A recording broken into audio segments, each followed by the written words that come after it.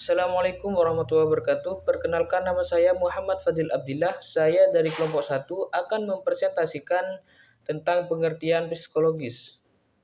Pertama-tama, yang saya takdimi pengasuh Pondok Pesantren Zainul Hasan Genggong, Al-Mukarram Kiai Haji Muhammad Hasan Mutawakil Allah, SHMM, dan yang saya hormati pula Rektor Universitas Zainul Hasan, yaitu Dr. Andes Abdul Aziz BAMAG, dan yang saya hormati dosen pembimbing studi psikologi umum, yaitu Ustadz Nur Amin MPDI. Melanjutkan ke pembahasan yaitu pengertian psikologi umum.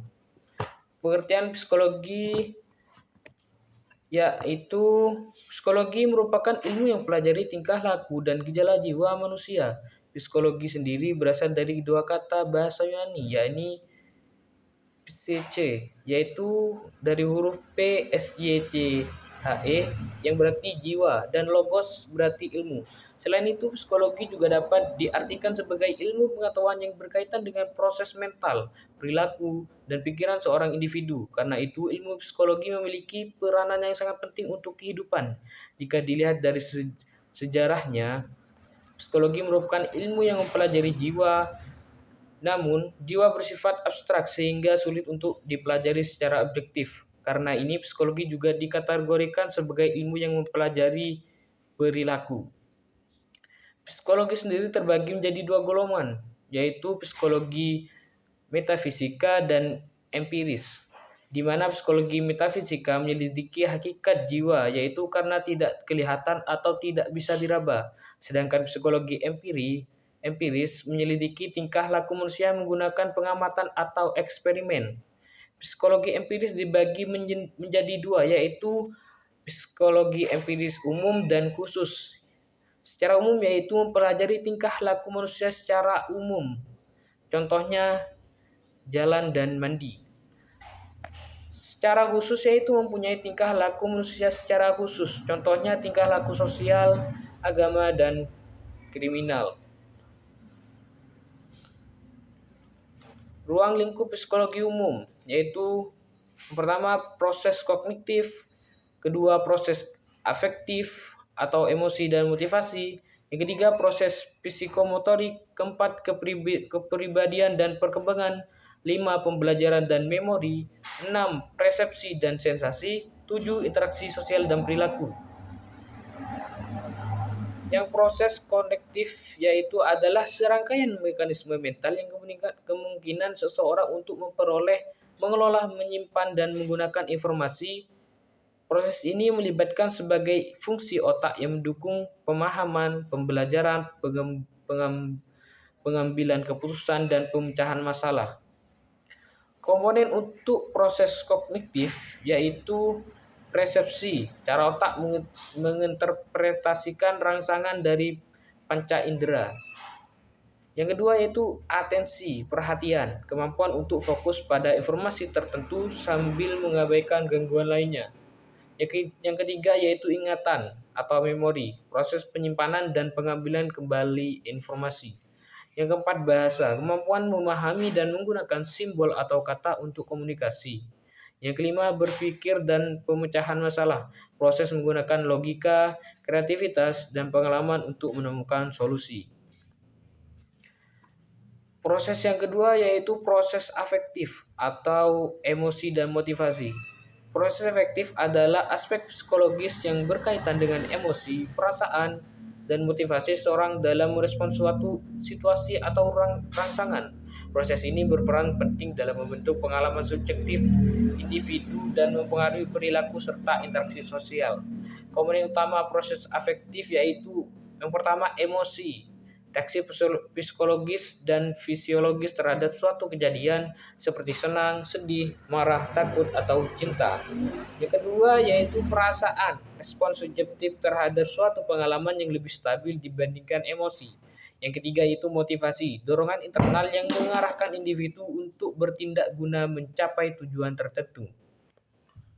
Proses yang ketiga yaitu proses psikomotor. Proses psikomotor adalah aspek dalam psikologis yang berkaitan dengan keterampilan motorik, yaitu kemampuan seseorang untuk mengontrol dan mengordinasikan gerakan tubuh sebagai respon terhadap rangsangan. Proses ini melibatkan kerjasama antara sistem saraf, pusat, otot, dan indera dalam menjalankan aktivitas fisik. Komponen utama proses psikomotor yaitu yang pertama koordinasi motorik, kemampuan menggerakkan tubuh dengan terkoordinasi seperti berjalan, menulis, atau berbicara. Yang kedua yaitu refleks atau respon, reaksi spontan tubuh terhadap stimulus seperti berkedip saat terkena cahaya terang. Yang ketiga yaitu keterampilan motorik halus, gerakan kecil dan presisi seperti mengetik atau melukis. Yang keempat yaitu keterampilan motorik kasar, gerakan besar yang melibatkan otot utama seperti berlari atau melompat. Keempat yaitu pengertian kepribadian dan perkembangan. Kepribadian adalah pola unik dari pikiran, perasaan, dan perilaku yang membedakan satu individu dengan individu lainnya dan relatif stabil sepanjang waktu. Kepribadian dipengaruhi oleh faktor bawaan genetik dan lingkungan, pengalaman hidup, budaya, dan interaksi sosial. Selanjutnya, perkembangan adalah proses perubahan fisik, kognitif, emosional, dan sosial yang terjadi sepanjang kehidupan individu dari bayi hingga usia tua. Kelima yaitu pengertian pembelajaran dan memori. Pembelajaran adalah proses perubahan perilaku, keterampilan, atau pemahaman seseorang sebagai hasil dari pengalaman, latihan, atau interaksi dengan lingkungan. Proses ini memungkinkan individu untuk memperoleh pengetahuan baru, mengembangkan keterampilan, serta beradaptasi dengan situasi yang berbeda. Sedangkan memori adalah kemampuan otak untuk menyimpan, mempertahankan, dan mengambil kembali informasi yang telah dipelajari. Memori memainkan peran penting dalam proses pembelajaran karena memungkinkan individu mengingat dan menggunakan kembali informasi yang relevan. Selanjutnya yaitu pengertian persepsi dan sensasi. Persepsi dan sensasi adalah dua konsep yang berkaitan dalam psikologi, terutama dalam memahami bagaimana manusia menerima dan menginterpretasikan informasi dan lingkungan. Sedangkan sensasi adalah proses awal dalam sistem sensorik, yaitu ketika indera kita, penglihatan, pendengaran, perabaan, penciuman, ataupun pengecapan, mendeteksi rangsangan dari lingkungan. Sensasi bersifat fisiologis dan terdiri secara otomatis, misalnya saat mata melihat cahaya atau telinga menangkap suara. Persepsi adalah proses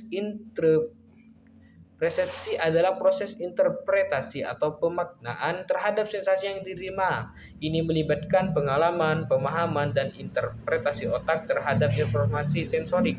Persepsi bersifat psikologis karena dipengaruhi oleh pengalaman, budaya, emosi, dan harapan seseorang. Misalnya, seseorang bisa terlihat objek tertentu sebagai angka 6, sementara orang lain melihatnya sebagai angka 9, tergantung sudut pandang dan pengalaman mereka. Selanjutnya yaitu pengertian interaksi sosial dan perilaku. Interaksi sosial adalah proses di mana individu atau kelompok saling berhubungan, berkomunikasi, dan mempengaruhi satu sama lain dalam konteks masyarakat. Interaksi ini dapat terjadi secara langsung, yaitu melalui tatap muka, maupun tidak langsung melalui media atau teknologi. Proses interaksi sosial membentuk norma, nilai, struktur sosial yang mempengaruhi kehidupan sehari-hari. Perilaku merujuk pada cara individu bertindak atau merespon terhadap rangsangan, situasi, atau lingkungan di sekitarnya. Perilaku dapat berupa tindakan yang terlihat secara fisik maupun reaksi psikologis yang dipengaruhi oleh faktor internal seperti kepribadian, emosi, dan kognisi, dan faktor eksternal seperti budaya dan norma sosial. Secara sederhana, interaksi sosial adalah proses komunikasi dan hubungan antar individu dalam masyarakat, sedangkan perilaku adalah cara individu menunjukkan atau tindakan dalam interaksi tersebut atau terhadap situasi di sekitarnya. Mungkin ini saja yang dapat saya presentasikan. Kurang lebihnya mohon maaf. Wassalamualaikum warahmatullahi wabarakatuh.